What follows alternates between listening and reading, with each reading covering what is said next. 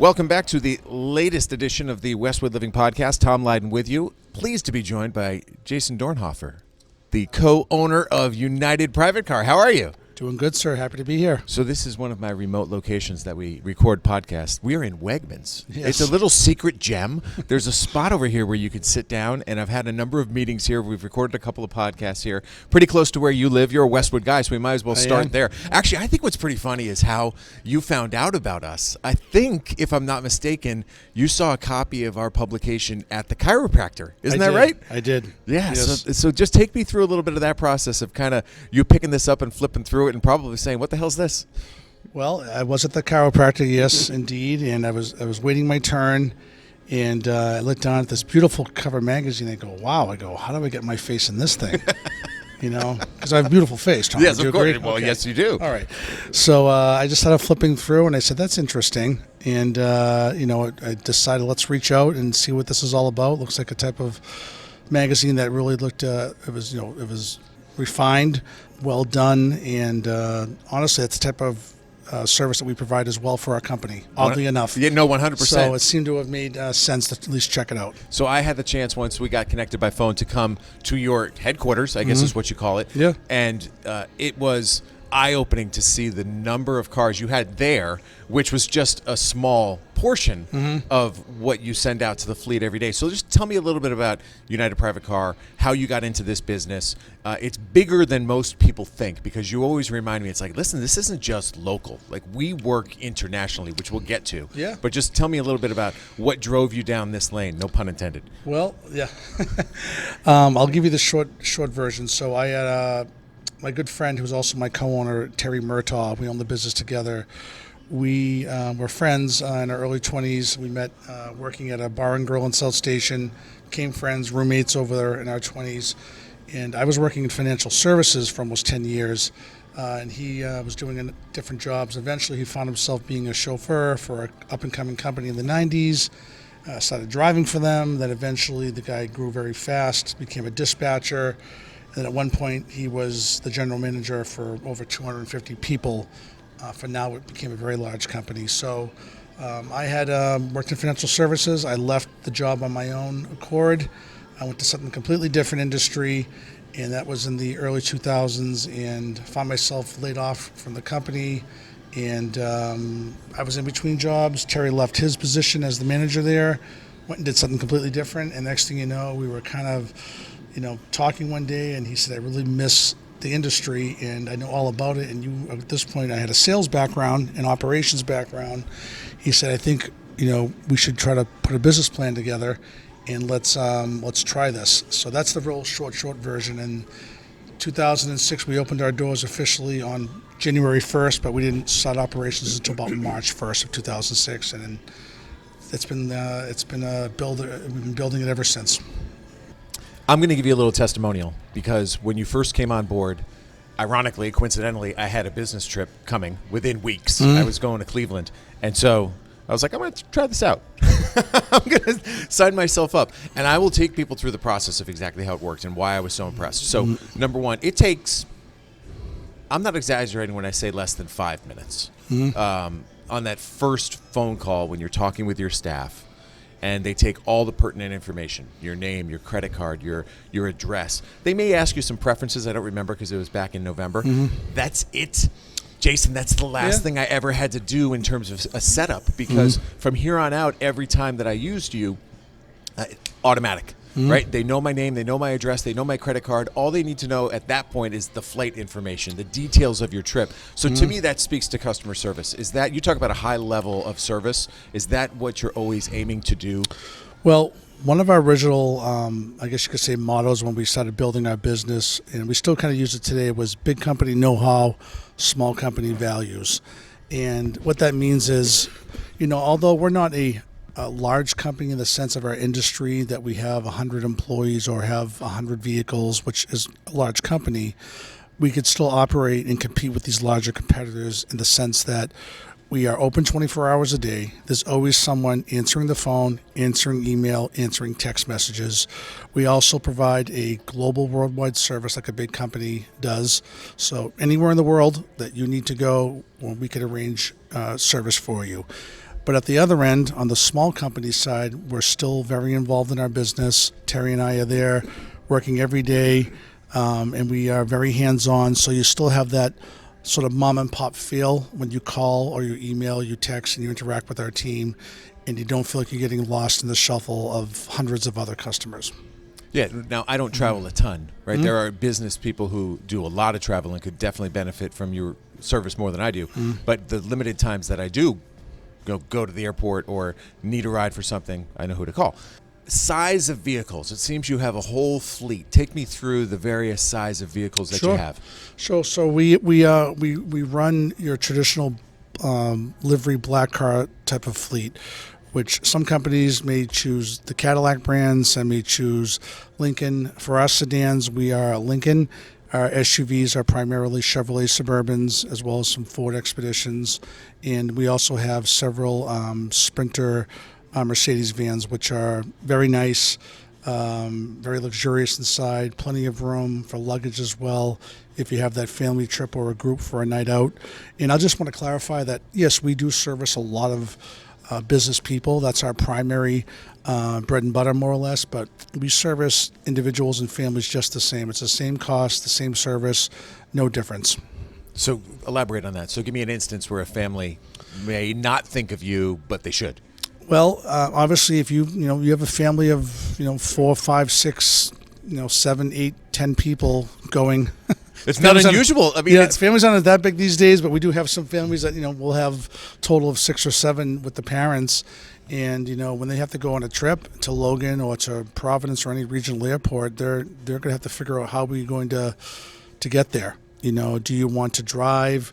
Pack up your SUV, leave it at the airport. Some choose to do that, but the benefit with using our type of service is that we're there when you want us to be there. We're always early.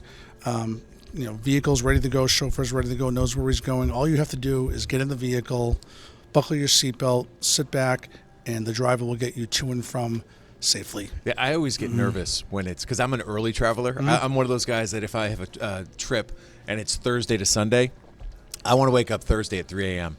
and get to the airport. That makes me nervous, though, when I use a livery service most of the time, because if something goes wrong, what do? It's 3 o'clock in the morning. And so I'm always hesitant in that regard, but that speaks to what you were talking about 24/7, the crew always on call. And yes, your guy showed up 15 minutes early, even though it was 2:45 in the morning. Yes. 3 a.m. is not abnormal for us by any means. People might say that's really early. Well, when you have a 5 a.m. or 5:15 departure, you want to get there early. Traffic starts, at 4:30 a.m. in the morning on 128.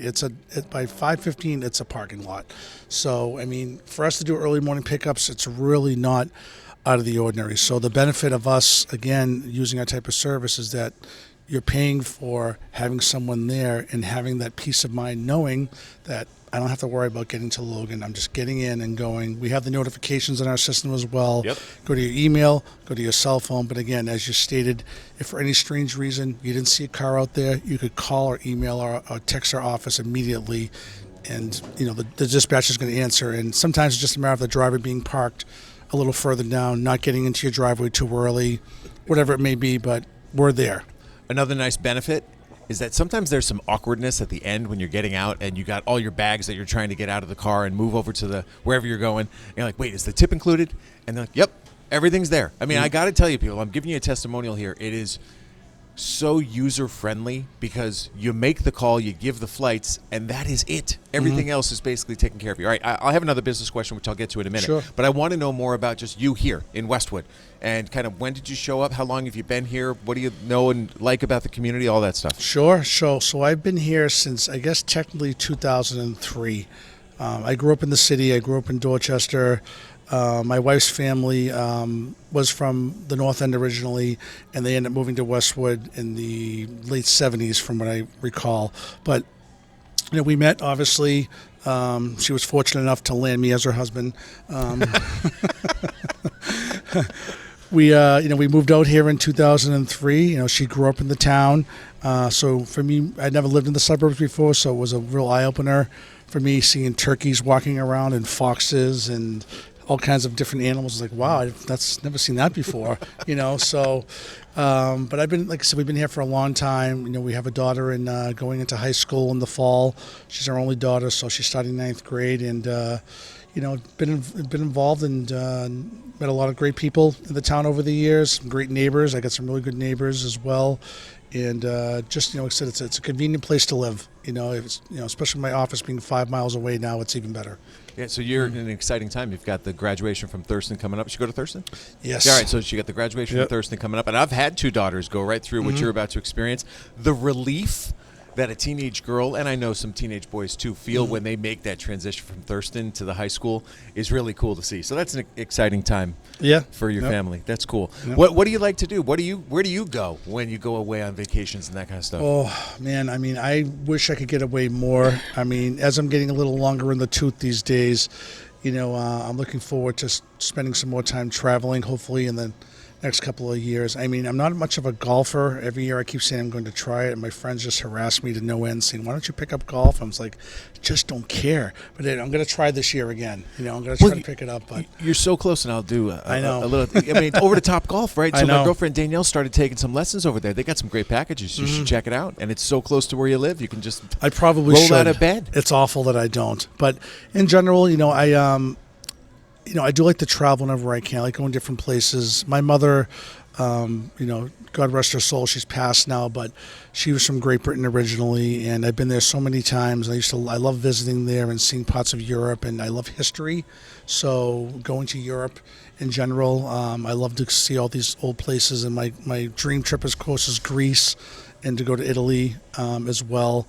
But I do actually have aspirations someday, as I hopefully slow down doing this at some point, that I always wanted to do be a tour guide for the city of Boston, like maybe do like a walking tour. Oh, yeah, you can definitely do that. I would enjoy it. I think I do enjoy the tourism part, and I'm trying to develop a new service now with my company, and I'm working with a tour company that's on a higher level, and we're trying to offer a service for people that are coming in that maybe don't want to do the duck or the green and orange trolley tour, something that's really more personable, where they're in the vehicle, the chauffeur drives, the tour guide speaks, and they get the full experience of learning about the history of Boston. So it would be very niche and unique. Be a little more expensive than the duck boat, but for the people that want to, you know, pay the money to do that, I'm working on that right now and hoping to have that before the end of the year. That's cool. A great segue to what my final question is just your opportunity to kind of give me a future of the business. As you assess where you are in the livery business, what do you see over the next 4 or 5 years? Well, we deal with a lot of competition, which I've never been afraid of.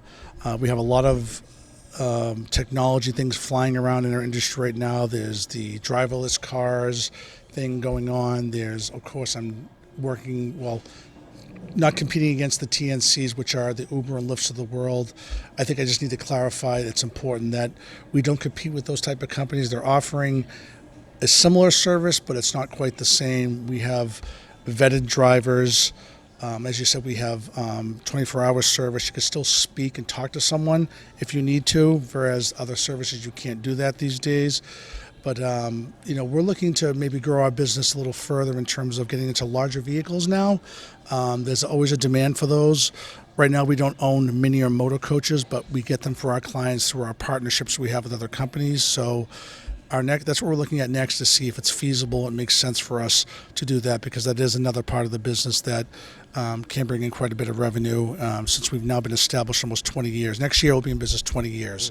So I think it's time for us to look at those things. Terry and I are sort of, you know, going back and forth about that right now. Well, that's cool. So, folks, a couple of things here. If you're watching and you see the slate, you see the website, you see the phone number, UnitedPrivateCar.com. What is the phone number?